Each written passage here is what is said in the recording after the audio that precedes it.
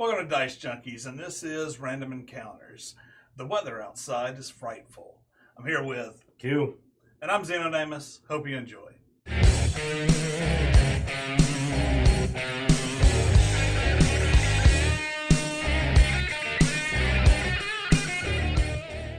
I'm ready to roll some dice. We got some okay. good subjects on Random Encounters. I'm hoping we hit a few of them. Let's pull up the dice cam then.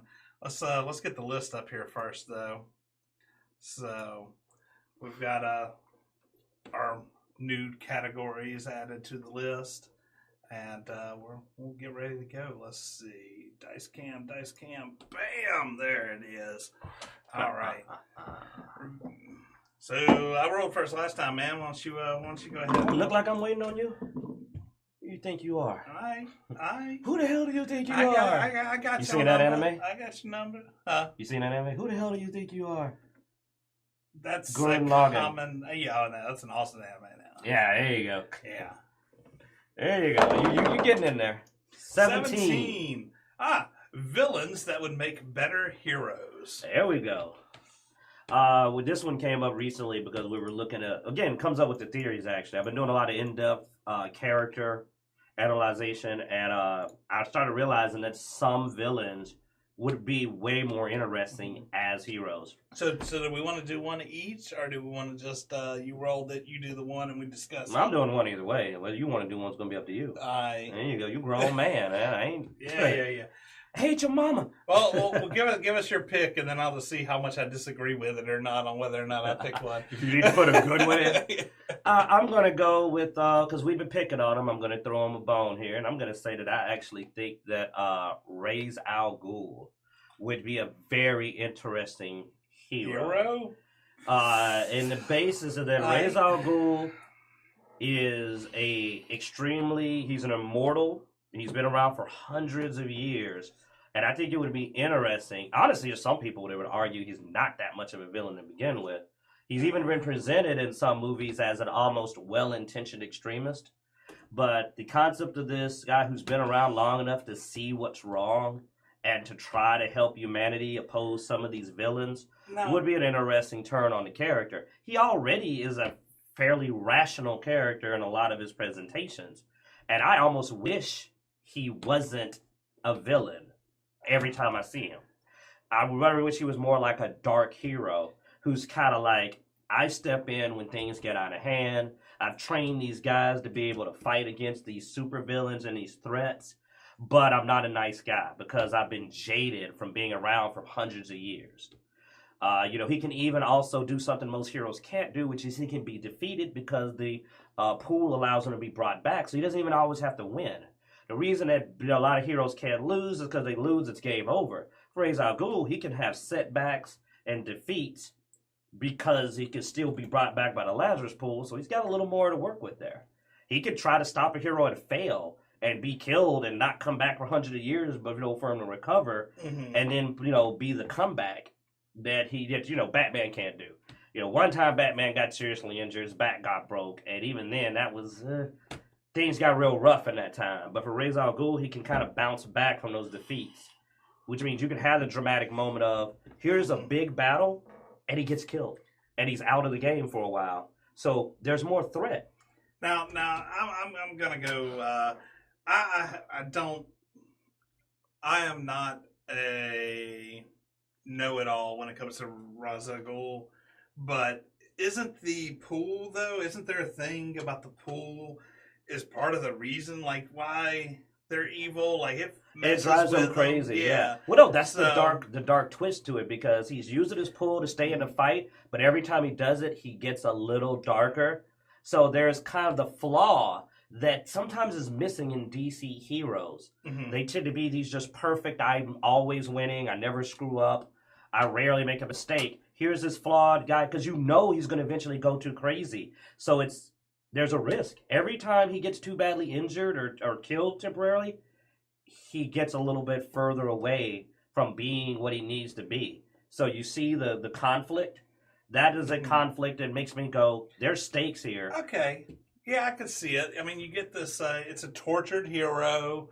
He knows what he's doing to himself, but he still does it. And eventually he knows he'll be driven insane to the point where he has to take a prodigy. And you got it. That's my boy. That's the next part. Mm-hmm. Instead of this problem of the same hero for 80 years, you have a reason to pass the torch. And what's even darker, the immediate conflict is he's training this person to stop him. Yeah, he knows this guy is going to have to kill me and then take up my effed up past. So each new person has to accept the fact they will eventually become a monster. And they have to keep preparing the next person to stop them. I actually do like it. Like, at first, I did not agree with you. I was just like, because Ra's al Ghul has been such a horrible person in so many arcs. I know. That's why I say so many arcs. Because he does change up a lot. But he has been probably one of the most horrible villains at time. I mean, but that's the cool part. Because imagine even if they don't present him immediately as a hero, he's training this person. You think he's training him to be evil, but then in his end, he's like, okay, you got to stop me. No, I was training you because I'm already too far gone. Mm-hmm. There's only a little part of me that knows I need you to stop me. And that person's like, wait a minute, so you've been training me? That would be an interesting twist. And a great way to pass the torch that wouldn't feel cheesy. And actually, depending on the arc and who's writing it again, actually, he's sort of almost been that person. Yes, like he went after Batman because he knows Batman's not evil. Mm-hmm. But for the longest, he tried to make Batman as a successor, and he knows Batman's not evil. It's almost like he's like, I need somebody to fix me. Yeah. No, he actually, like I said, he's almost already there. I know. At times. So that's the cool part is you don't even have to necessarily rewrite it. That could just be a new arc. Yeah. That you can find out this is what behind the scenes. Well, even the next person that takes over actually pulls in a lot of his essence and realizes that he started off as a good guy and that was his intentions and stuff, but he just got driven so bad that he forgot. And also imagine seeing everybody you love dying because you don't want to put them in the pool. You know what it does. Yeah. So you could be jaded after 300 or 400 years of life, man. That's actually a good one. That's No, I'm awesome, dude. Yeah. Now roll the die. Yeah, I'm gonna roll that. You can't beat that. So roll the die. Up a second one. You can't beat me. Oh, I could beat you. I'm just saving it for next time. We'll leave that one on the list. We'll see. So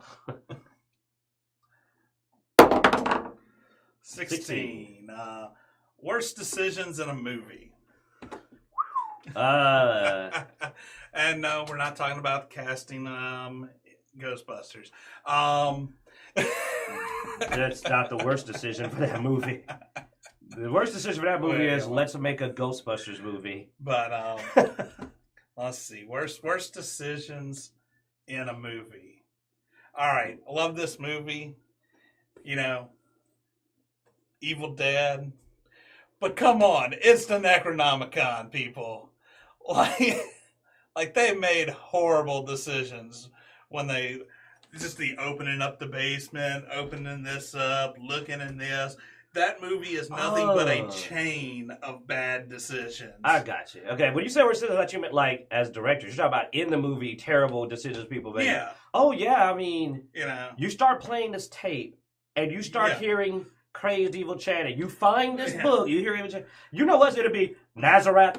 Nope. I mean, great movie, but it is one horrible decision after another. I mean, really. But you know what? That's kind of just horror movies. But I got to admit, that one, I was like... That one, though, which is why I think it got such a cult following, because it was so bad. Didn't in the remake, or one of the other movies, there literally was a point where somebody had actually put, at the beginning of the tape or the book, don't read this book, don't play this tape, and they were like, huh. That was a remake, I think, that. It starts with even the sequels, it's like I've got to say these special phrase here. I don't remember the phrase, which means I just wouldn't. Go back, get the phrase again. No. Write it down. I'm going to say part of the phrase and then just cough and pretend. Like clap to, hurrah to. I said it. I just screwed up real bad. And it's like this book raises an army of the dead. Like that's what it does. So what do you have? Let's see. Are you gonna make me do one? Oh man. Like, I'm trying not to do horror. You dang it. Well, no, I mean, if you ain't got one, we can move on. Not off the top of my head, because Evil Dead, that actually was pretty good. I mean, now all I can think of is horror decisions that we had. I think you also didn't understand the actual direction of the topic. So well, I'll say this. Actually, I'll just do this overall one. People, especially white teenagers, you don't go anywhere in the woods well, gotta be white people, with a cell phone. I said in particular. No, I'm not done. I'm going to talk to the black people next. White teenagers, don't go into the woods or any abandoned place without a cell phone signal. And black people, don't go anywhere with a group of white people and you're the only black guy that's an abandoned location. You die first. There you go. If you look up and it's like, wait a minute, I'm the only black guy and you said we're going out to the country to the abandoned cabin? Nope. Yeah, every trope ever, you know. Who goes somewhere where you don't have a cell phone signal? Weren't you invited to go to a LARPing group? A LARP group. They said, we're going to meet in this old abandoned warehouse out in the woods. I said, am I going to be the only black guy? They said yes. And I said, I'm not going. And guess what? I'm still here. Yeah. I never saw any of those guys again, so I don't know, man. I mean, that might have been that Mississippi Massacre. It was like, where are they? All right. Okay, Google, roll me a D20. Rolling a die with 20 faces. The result is 20. Lucky roll. Again? Okay, Google. Google's good at this. Pick me a number between 2 and 19. Sure. 20. 12. 12. Superpower highlight. We haven't had one of these in a while. Wow. Huh, what superpower do we want to do today? I picked the last one, so... No, you didn't. Yeah, I did. With the Kitty Pryde power. I think you went with intangibility. Yeah. All right, so I need a superpower. Yep. All right, you know what? Let's do, we're going to go a little traditional here because we haven't went this way. The ability to control the weather. Weather control, so storm level powers type Yeah, powers, yeah. Right? This has always been an interesting power to me because now, of course, it just so a big factor in this is whether you believe in climate change. But but the ability to control the weather to me has always been an interesting power. What are you talking about, man? They already have those stations out hidden in Alaska where the government controls the weather. Didn't you know that? Oh yeah, well, they're not doing a good job of it right now. But to me, the weather control has always been an alarmingly powerful ability that does not often get played up to its real ability. While true one-on-one weather control is not the most effective power, especially against a group, like I'm fighting the superpower person, I have the ability to control the weather, especially if you don't have the ability to just instantly change the weather and anything. But if you have the ability to control the weather, you have the ability to threaten cities and nations. I mean, that's just the innate nature. If you could create tsunamis and floods, you can hold a whole city hostage. So you're going evil with it. Well, I mean, if it's an evil nation, like it's the, Magneto's evil island of mutants, you could also be like, hey, Genosha, chill out. Or what? Or I'm going to wash you off the face of the planet. They'd have countermeasures, though, because they have other mutants. How do you counter weather control unless you have weather control? There aren't a lot of mutants that can stop a full-force tsunami.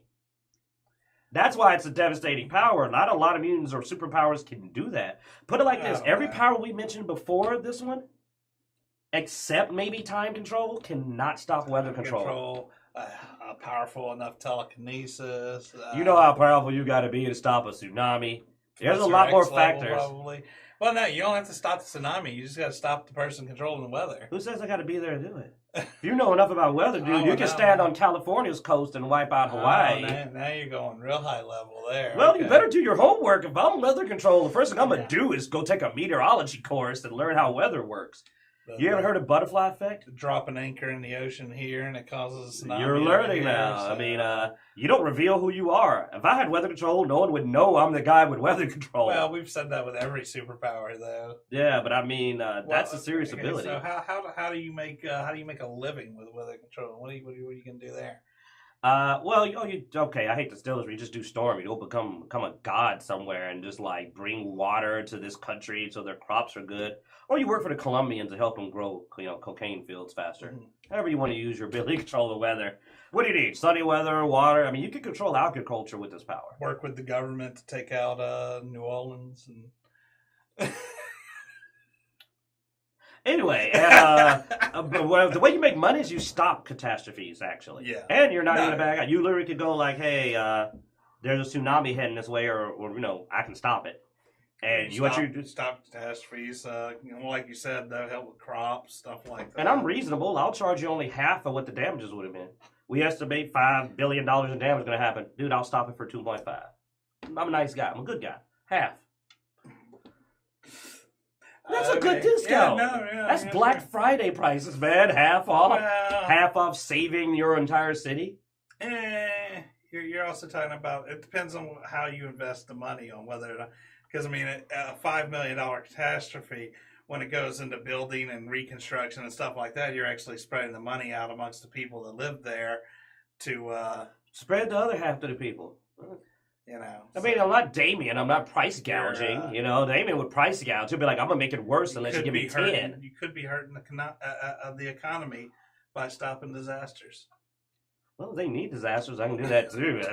I have to talk with them on the side, like, hey man, we need some. Oh, gotcha. Yeah. Nah, I'm just messing with you anyway. Go ahead and roll one more. Let's see one more in here. Get our fourth topic. Double down.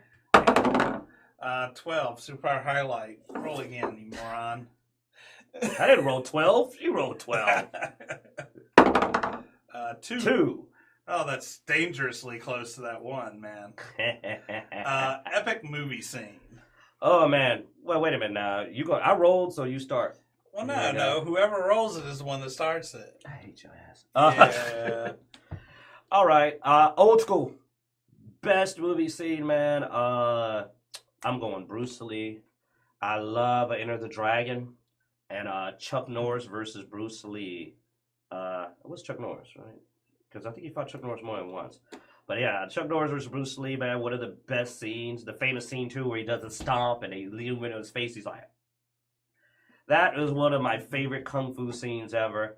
I imitated, you've seen me imitate it a bunch of times. And when it comes to, like... Especially because they weren't afraid to not do the...